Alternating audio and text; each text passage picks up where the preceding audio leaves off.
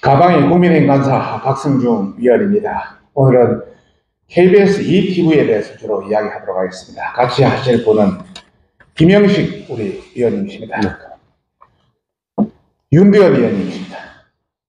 홍석준 위원님이십니다.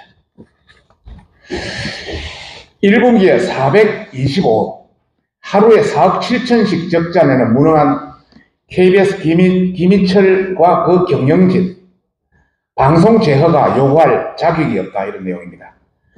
문재인 정부 때 이미 2차례나 제허가 점수가 미달되었고 공영방송의 책무를 완전히 형해화한 KBS ETV 당장 배제해야 된다, 이런 내용입니다. KBS 김희철 경영진은 KBS 4천여 사후의 소중한 일터를 걸고 자신들을 거짓 방송장악 희생자로 만들기 위해 도박을 걸고 있습니다. 국민이 요구하는 수신료 분리징수를 민노총과 민주당이 주장하는 정치적인 방송장악으로 몰고 가고 있습니다. 무능함을 넘어 후한무치의 형태입니다. 김희철 사장의 위장 전입, 세금 탈루 문제가 있음에도 7대 비리가 없다며 국민을 속이고 사장 자리에 오른 반윤리적인 행태로 인해서 KBS의 위기가 찾아올 것이라는 것은 이미 예견된 일입니다. 수신료 수입이 정상적으로 이루어졌던 1분기에 425억의 적자를 초래한 김희철 경영진은 사장과 그 경영진이 무슨 낯짝으로 사우들 앞에 설 수 있겠습니까? 반국가단체 민노총 언론노조의 정신까지 세뇌된 김희철 경영진이 KBS의 미래를 절대 책임질 수 없다는 것은 이미 1천여 명이 넘는 KBS 직원들의 투쟁으로도 확인된 바 있습니다. 그런데도 김희철 사장은 국민의 수신료 분리징수 찬성 여론이 97% 압도적으로 높은 상황인데도 불구하고 이를 민주당과 한통속으로 외면하고 있습니다. 국민의 뜻을 어기고 4천여 KBS 사우들을 벼랑 끝으로 내몰고 있는 것입니다. 국민이 KBS를 살리기 위해 무능한 경영진과 이사들의 총사퇴를 요구하고 있다는 것은 주지의 사실이고 김희철 사장 체제의 무능함으로는 절대 국민의 공분을 풀 수 없다는 것을 더 잘 알고 있을 것입니다. 특히 올해 말로 예정된 방통위의 재허가 심사는 누가 책임질 수 있을 것입니까? 자신의 자리 보존에만 빠져 KBS가 이미 2차례나 연속 재허가 심사 점수가 미달됐다는 사실을 까맣게 잊고 있는 듯 합니다.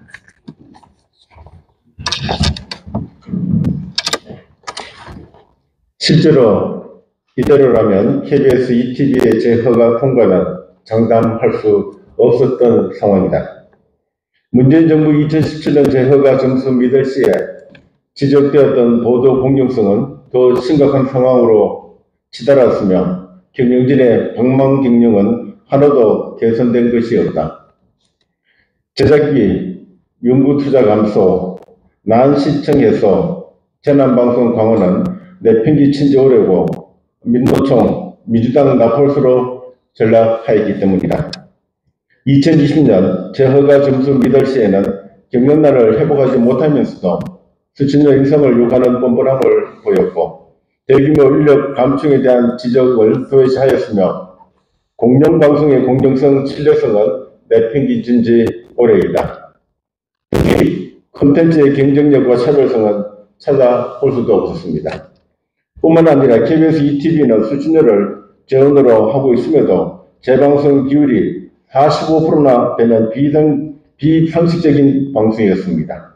이는 타 방송사의 20% 정도나 높은 수치이며 이러한 KBS의 악순환을 끊어 방송의 다양성 확보를 하여 국민이 낸 수신료가 허투루 쓰이게 해서는 안 됨에도 KBS는 이를 모두 짓밟고 자신들의 이속 차리기에 바빴습니다. 이 자체만으로도 공정방송으로서의 자격을 상실했다고 할 수 있으나 문재인 정부는 KBS 고대영 사장을 불법으로 끌어내리고도 양순동, 김의철 사장 체제를 유지시켜 주었습니다. 특혜도 이런 특혜는 없습니다. 이제 국민이 외면하는 KBS ETV를 조건부 재허가로 연명해 주는 것은 국민들의 수신료 낭비입니다. 일반 방송사와 같이 공정한 방식으로 재허가 점수 미달 시 즉시 폐지하는 것이 정도를 걷는 국가의 책무일 것입니다. 한상혁 일당이 TV조선 재승인 점수를 조작해서 조건부 재허가를 하고도 문재인 전 대통령에게 질문 하나 했다고 조림당한 긴기방송이 폐업할 게 아니라 공영방송으로서 한참 함량 미달인 KBS ETV는 시청자의 심판을 받았어야 이치에 만든 일입니다. 이는 문재인 정부가 2차례나 KBS를 방송 재허가 심사에서 탈락시킨 것만으로도 충분히 증명해주고 있습니다. 이렇게 함량미달인 KBS를 문재인 정권이 비호해주니 뻔뻔하게 친민주당 세력의 나폴수로 활약하며 편파 왜곡 조작을 남발할 수 있었던 것입니다.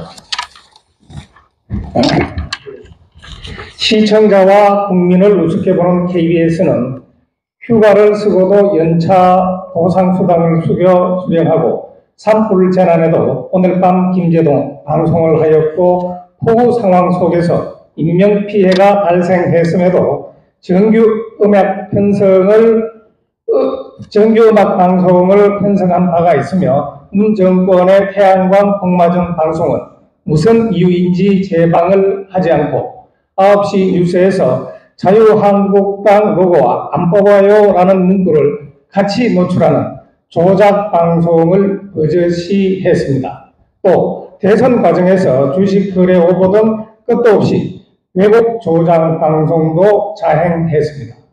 또한 일장기 경매 조작 보도, 민노총 간첩단 사건 축소 보도, 민노총 불법 집회 오보 화면 바꿔치기, 돈봉투 사건 피해자인 송영길 전 민주당 대표를 방송에 출연시켜서 개인 변호의 장을 마련해 주었고, 열린음악회에선 문재인 전 대통령 생일에 달님에게 바치는 노래를 헌정했으며 생태탕 보도로 엄중한 선거에 개입하는 등 지금까지 계속되는 패널 80%가 좌파인 최경영 최강시사, 주진우 라이브, 민은전 스피커 정준희를 보더라도 KBS는 민주당과 민노총 민은전이 장악한 좌편향 방송이라는 것을 쉽게 알 수 있습니다. KBS에 분명히 경고합니다. 경영난에 허덕이면서도 51% 이상이 억대 연봉을 받는 KBS의 나태함을 엄단하기 위해 국민이 수신료 분리 징수라는 매서운 회초리를 들었다는 것을 명심해야 할 것입니다. KBS 김의철 사장과 경영진은 국민 대다수가 수신료 분리 징수를 넘어서 수신료 폐지까지 거론하는 상황인 것을 분명히 알아야 할 것입니다. 그리고 수신료를 볼모삼아 조작 방송을 남발하는 KBS 김의철 사장과 경영진의 방만 경영을 타개할 방안으로 공영방송이라기에 한참이나 함량 미달인 KBS ETV가 과연 언제까지 국민의 불신 속에 존재할 수 있을지 살펴봐야 할 것입니다. 2023년 7월 3일 국회과학기술정보방송통신위원회 국민의힘 일동 강사 박성중, 김정식, 윤부현, 허은하, 홍석준. 경례.